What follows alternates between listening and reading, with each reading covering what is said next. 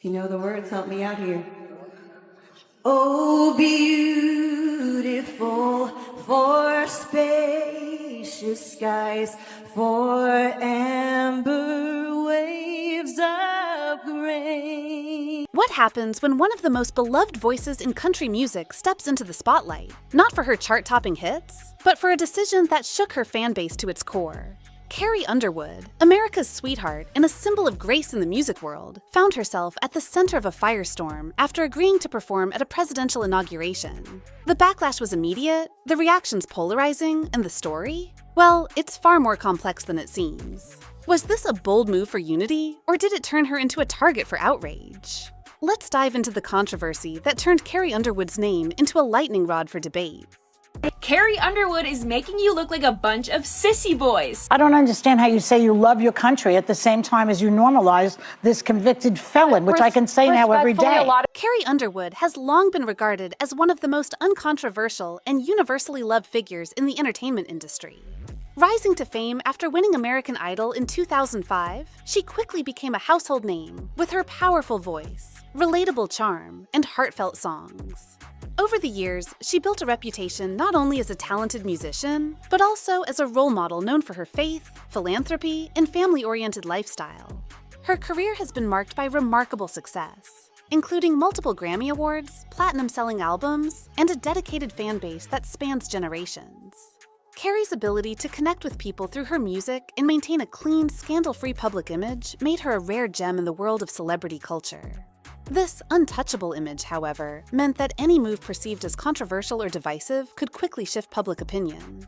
For years, Carrie managed to steer clear of political and social conflicts, allowing fans of all backgrounds to enjoy her music without reservations. But as the political climate in the United States grew more polarized, even someone as universally adored as Carrie Underwood found it increasingly difficult to remain untouched by controversy. Her decision to perform at a presidential inauguration, often a symbolic act of unity, would test her standing in a way that no one could have predicted.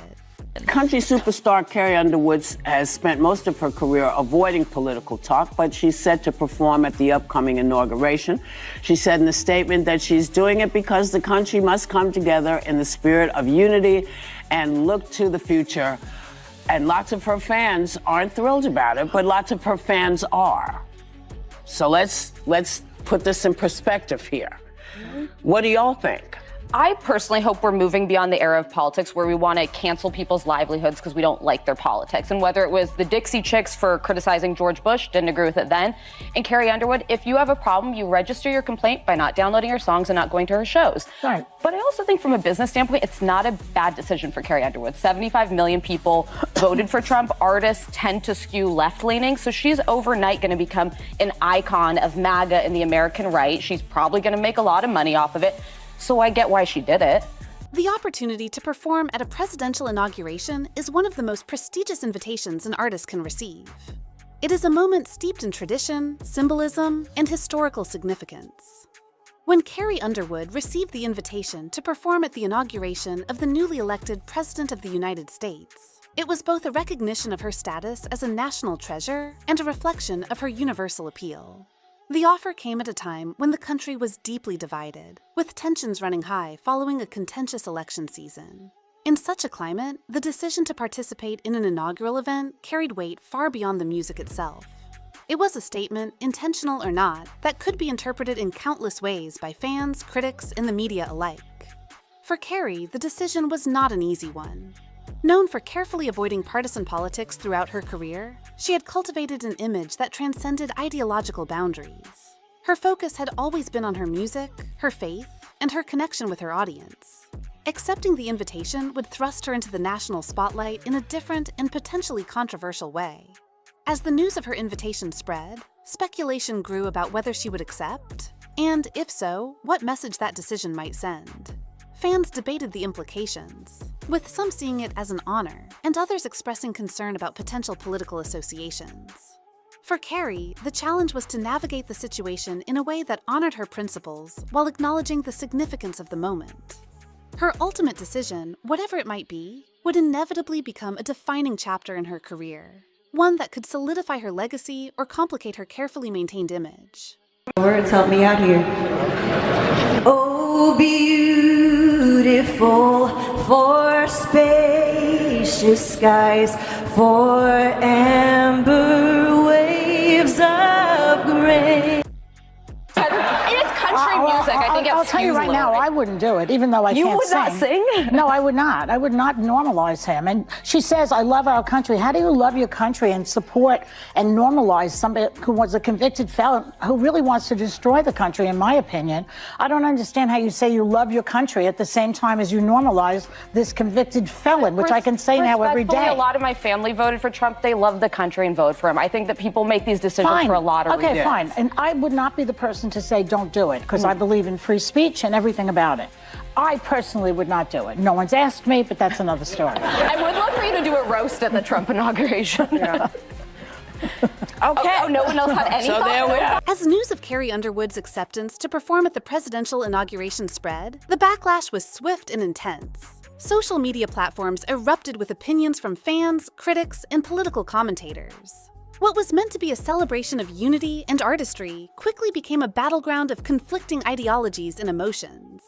Many fans who had long admired Carrie for her music and values expressed their disappointment. They questioned her decision to participate in an event tied so closely to a polarizing political figure. How could she do this? Some fans wrote on Twitter, she's supposed to represent everyone, not take sides. Hashtags calling for boycotts of her music began to trend, and her social media accounts were flooded with both criticism and support. On the other hand, supporters of the president lauded her as a brave and patriotic artist. Conservative commentators celebrated her involvement, framing it as a bold stand against cancel culture and a reaffirmation of traditional American values.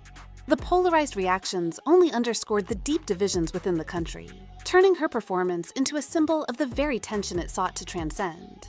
The media further amplified the controversy, with headlines debating whether Carrie's choice was a misstep or a necessary act of artistic independence. Late-night comedians and talk show hosts added fuel to the fire, making her the topic of jokes and heated discussions. Analysts dissected her motives, with some questioning if her faith or her Oklahoma roots had influenced her decision.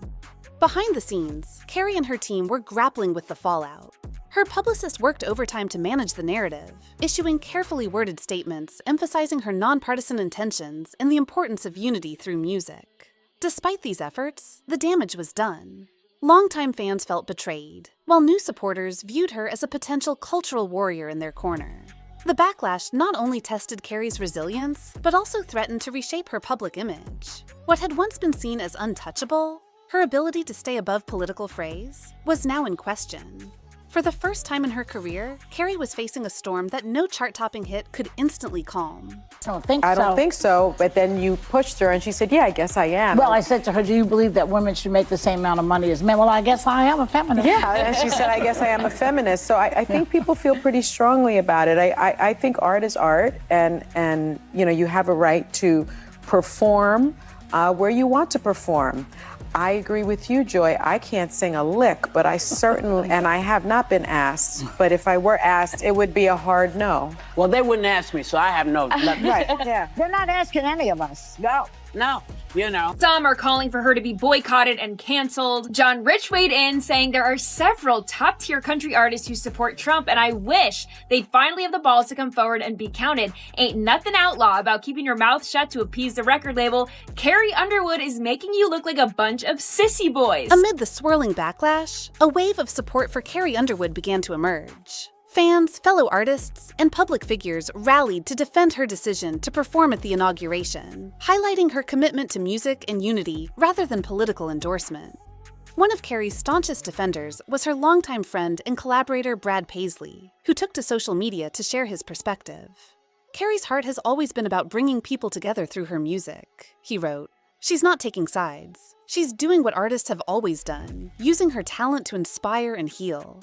His post quickly gained traction, with thousands of fans echoing his sentiments. Prominent voices in the music industry also stepped forward, arguing that Carrie's performance was a testament to her professionalism and artistic independence. It's a dangerous precedent when we expect artists to align with our personal beliefs, country legend Dolly Parton commented during an interview. Music is meant to bridge divides, not deepen them. Faith leaders, particularly those who had long admired Carrie's gospel-inspired tracks, also offered their support. Many pointed out that her decision reflected her faith-driven values of love, grace, and reconciliation. Pastors and religious bloggers wrote articles defending her as a role model who sought to uplift rather than divide. Fans who stood by Carrie created hashtags like Charles, Stand with Carrie, and Chelsea, Music is Unity, countering the negative trends and emphasizing her right to perform without being vilified. Online forums and fan clubs organized campaigns to flood her social media with positive messages, reminding her of the unwavering loyalty of her core supporters. Meanwhile, political commentators on the opposite side of the spectrum used the controversy to emphasize the need for tolerance. If we can't let a country singer perform without tearing her apart, what does that say about us as a society? One columnist asked. Carrie herself, though largely silent during the height of the backlash, eventually released a heartfelt video addressing her fans. "I've always believed that music has the power to bring us together," she said, her voice steady but emotional. "I performed at the inauguration to share that message, not to endorse any political agenda. I hope my fans understand that my heart has always been with them." The backlash may have tarnished her untouchable image, but the support she received served as a reminder of her influence and the deep connection she had with her fans and peers. While the storm was far from over, the tide of support bolstered her resolve and showcased the complexity of navigating fame in a divided world. The controversy surrounding Carrie Underwood's performance at the presidential inauguration stands as a testament to the volatile intersection of celebrity, politics, and public perception. What began as an opportunity to showcase her artistry and bring a moment of unity through music became a flashpoint for broader cultural debates and societal tensions. Carrie's journey through the ordeal highlights the challenges faced by public figures in an era where every action is scrutinized and interpreted through a political lens. Despite the initial backlash and media frenzy, the incident ultimately revealed the complexities of navigating fame in a polarized world. For some, Carrie's performance underscored the power of music to transcend divisions, offering a reminder of the shared humanity that often gets lost in political discourse. For others, it served as a cautionary tale about the risks of stepping into politically charged arenas, even unintentionally. In the end, Carrie Underwood's decision to perform at the inauguration marked a pivotal moment in her career, one that tested the resilience of her untouchable image and her ability to remain authentic under pressure. While opinions remain divided, her experience has sparked critical conversations about the evolving role of artists in society, the expectations placed on them, and the enduring power of music to inspire, provoke, and unite. Would you like me to refine or expand on any part of this conclusion?